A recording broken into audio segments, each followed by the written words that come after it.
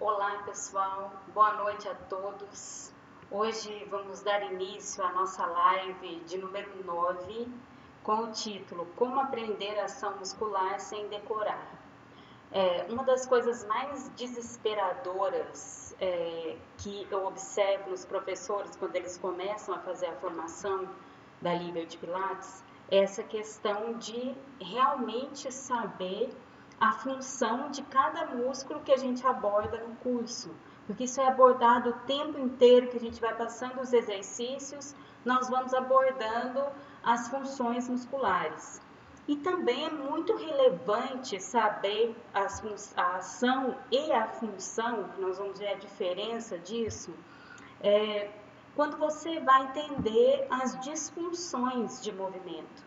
Então, se eu não sei os músculos que estão naquela articulação, se isso não está claro na minha cabeça, fica muito difícil identificar as disfunções de movimento. Então, hoje eu vou passar aqui uma fórmula fácil, que precisa de estudo, claro, mas fácil para que vocês aprendam sem precisar ficar decorando ação muscular. Então vamos lá. No conteúdo da aula de hoje, nós vamos passar pela ação muscular, então essas 3 dicas que vão ajudar muito vocês a estudarem.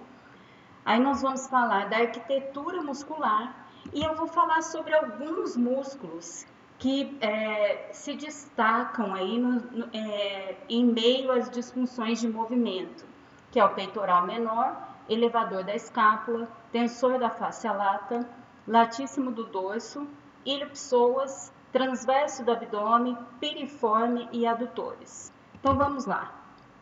Primeiro, é importante entender a diferença de ação e função muscular.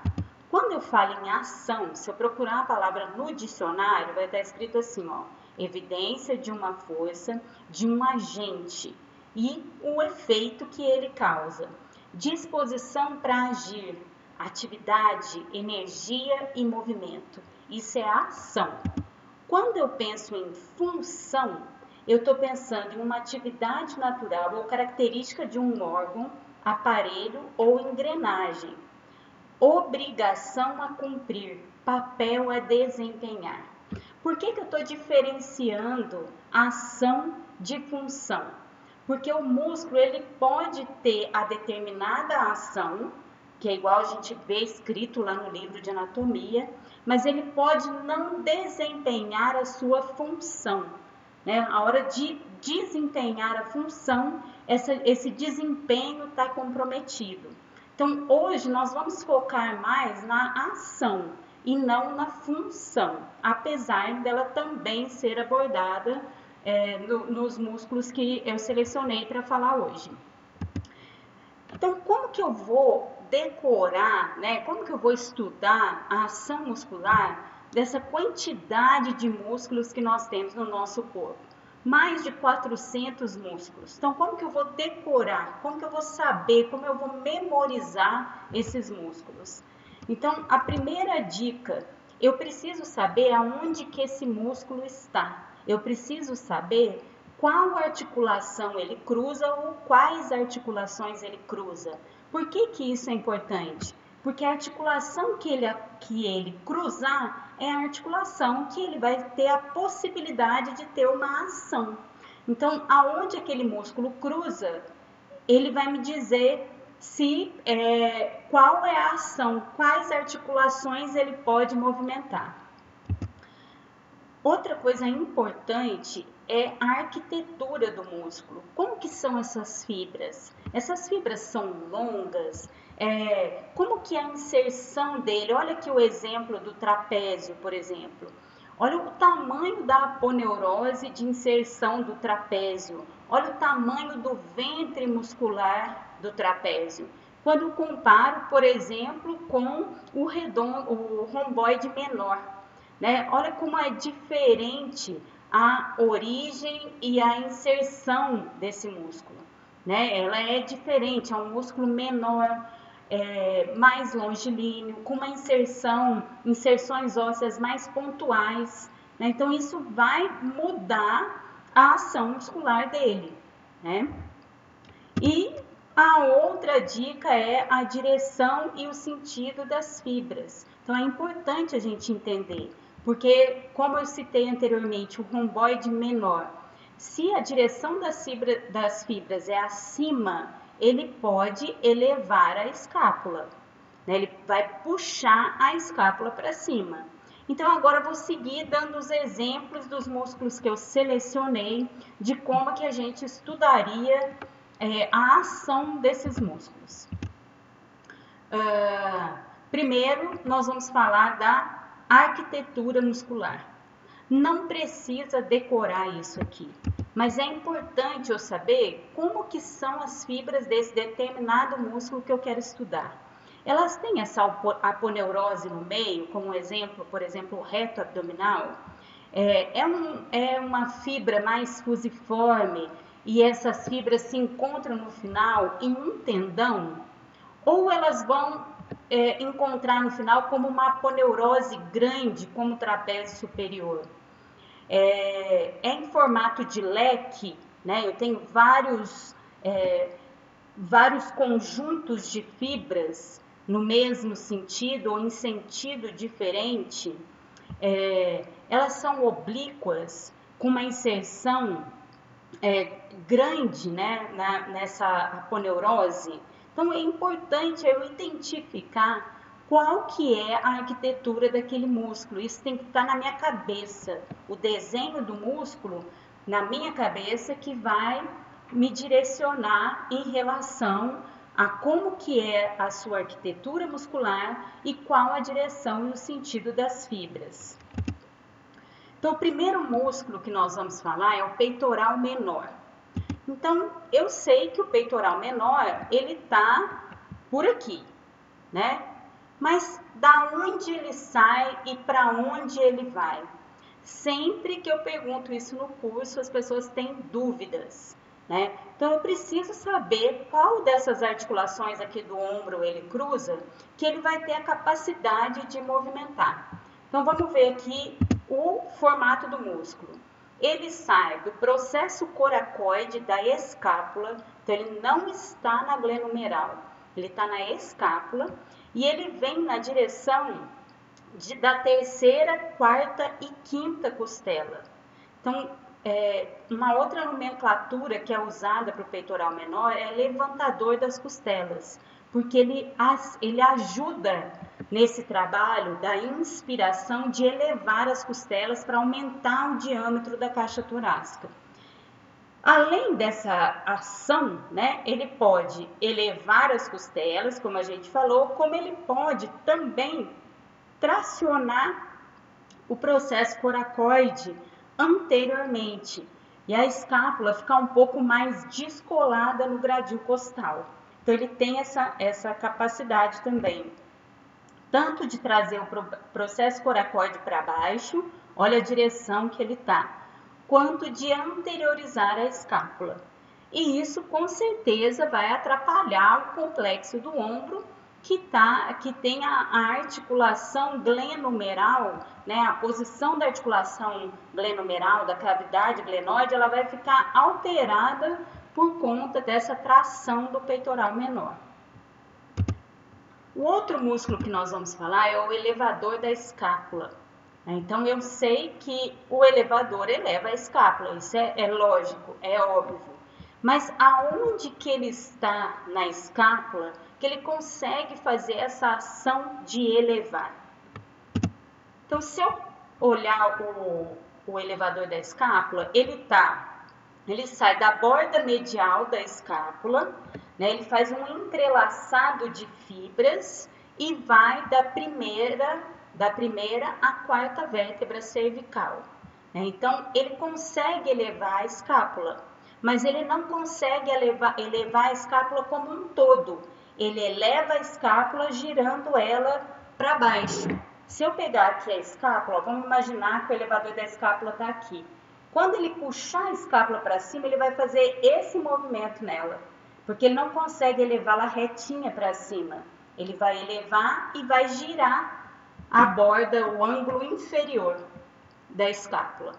Ele também pode o elevador também pode estender a cervical. Olha aqui, se eu aproximar as primeiras vértebras aqui de uma à quarta da escápula, fazendo uma extensão da cervical, ele pode estender essas vértebras, porém, só da primeira à quarta. As vértebras mais inferiores, ele não está inserido. E ele também pode rodar a cabeça. O elevador da escápula, ele está sempre envolvido nas torcicolos. Na maioria das vezes, aquela torcicolo que a pessoa chega sem conseguir movimentar o pescoço, sem conseguir girar o pescoço, o elevador da escápula ele tem uma parcela de culpa nessa torcicolo. Tensor da fáscia lata. Olha que nome, né? Então, quando eu penso no tensor da fáscia lata, eu estou pensando que ele tensiona essa fáscia lata. Então, o que é isso? Esse músculo, ele sai da crista ilíaca e insere aqui, ó, nessa fáscia, né? Na banda iliotibial ou fáscia lata. Então, ele pensando aqui na articulação que ele cruza a articulação do quadril. Então, o que o tensor da fáscia lata faz? Se eu aproximar essa inserção distal da proximal, ele faz a flexão do quadril, ele roda o quadril internamente e também faz a abdução do quadril. Mas, quando eu olho a inserção do tensor da fáscia lata, eu vejo que ele insere em todo esse trato, né, essa banda iliotibial, né, que vai desde o ilho até a tíbia, né, e por isso aumenta muito o poder do tensor da fáscia lata, né? Então, se você olhar só o ventre muscular, ele vai cruzar só a articulação do quadril. Mas eu olhando a inserção dele numa fáscia lata, num tecido, ele consegue também rodar a tíbia para fora. Então, é aquela pessoa que fica com o quadril rodado internamente e a tíbia rodada um pouquinho para fora. Ele tem essa capacidade. Além de ser campeão de dor. Né? Sempre para fazer a liberação, mesmo uma autoliberação no rolo, é um músculo dolorido, né? Essa banda iliotibial é sempre muito dolorida, ela tem uma tensão para nos mantermos em pé, né? Então ela fica o tempo inteiro com uma certa tensão. Latíssimo do dorso. Então o latíssimo do dorso, se eu pensar qual articulação que o latíssimo do dorso cruza, ele sai lá da borda interna do húmero, né? Ele sai aqui da frente do húmero e vem cruzando as costelas e vai inserir numa poneurose grande na região torácica, lombar e no ilíaco, né? Então ele tem uma inserção gigante. A gente viu que onde ele cruza, ele é capaz de movimentar. Então, ele é capaz de movimentar a coluna, o ilíaco e também a articulação glenohumeral. Então, vamos ver a ação dele. Ele roda o húmero internamente, aduz e estende, né? Essa é a ação dele na glenohumeral. É um músculo muito potente. Então, nós temos os rotadores internos do ombro, eles são muito mais potentes do que os externos. Então, a gente tem que ficar de olho no latíssimo do dorso. E ele insere aqui atrás, ó, na coluna e na fáscia tóraco-lombar. Então, ele consegue estender a coluna, ter uma ação na extensão da coluna torácica e lombar. Ele consegue tracionar o ilíaco para cima. Então, tem algumas pessoas com alguma lesão de plexo lombosacro que, quando vai andar, elas usam para andar o latíssimo do dorso, o quadrado lombar, puxando o ilíaco para cima. Alguns autores sugerem que o latíssimo do dorso ele pode também aumentar a cifose nessa região torácica inferior pelo posicionamento das fibras, né? Isso vai depender de como ele usa o latíssimo do dorso na função, né? E por inserir na fáscia tóraco-lombar, ele tem uma ação muito importante na estabilização do tronco, né? Como que ele faz isso? Ele faz uma estabilização cruzada com o glúteo máximo. Então, o latíssimo do dorso do lado esquerdo, ele vai trabalhar de mãos dadas com o glúteo máximo do lado direito. Então, é importante, a gente pode usar até o latíssimo do dorso para ajudar na contração de glúteo máximo. Normalmente, o glúteo máximo tende a cruzar os braços nos movimentos, né? Então, eu posso usar o latíssimo do dorso para convidar esse glúteo máximo para desempenhar a função dele. O ilho-psoas. Ilho-psoas é um músculo muito importante para a estabilização de tronco, né? Então, ele sai lá do trocânter menor do fêmur, vem subindo aqui por todo o ilíaco, né? Então, aqui é o íleo, e aqui em cima vem o psoas, que ele vai inserir nas 5 vértebras lombares. Então, ele é capaz de movimentar as vértebras lombares, é capaz de movimentar o ilho e também o quadril.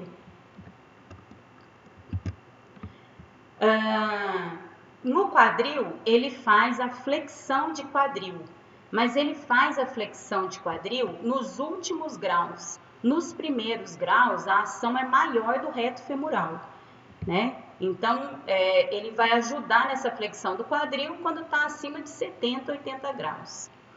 Ele também pode inclinar a pelve anteriormente. Se eu parar a inserção do fêmur, eu consigo inclinar a pelve anteriormente. No quadril, ele também faz ajuda, né, na abdução do quadril e na rotação externa do fêmur. E a ação dele na lombar, ele pode tanto estender a lombar quanto flexionar. Como que essa ação pode ser um paradoxo, né? Pode ser contrária? Como que um músculo pode fazer duas coisas opostas, né? Isso vai depender de como eu mantenho a minha pelve na minha posição ortostática, né? Na minha posição em pé. Como que eu mantenho a minha pelve? A minha pelve fica em alinhamento neutro, o meu ilho-psoas vai ter a ação dele que está lá no livro de anatomia. Mas se eu tenho uma pelve mais para trás, né, com uma báscula posterior ou uma retroversão, e eu fico mais nessa postura, uma lombar retificada, o ilho-psoas pode ter a sua ação invertida. E ao invés dele ajudar a estender a lombar, ele vai ajudar a flexionar.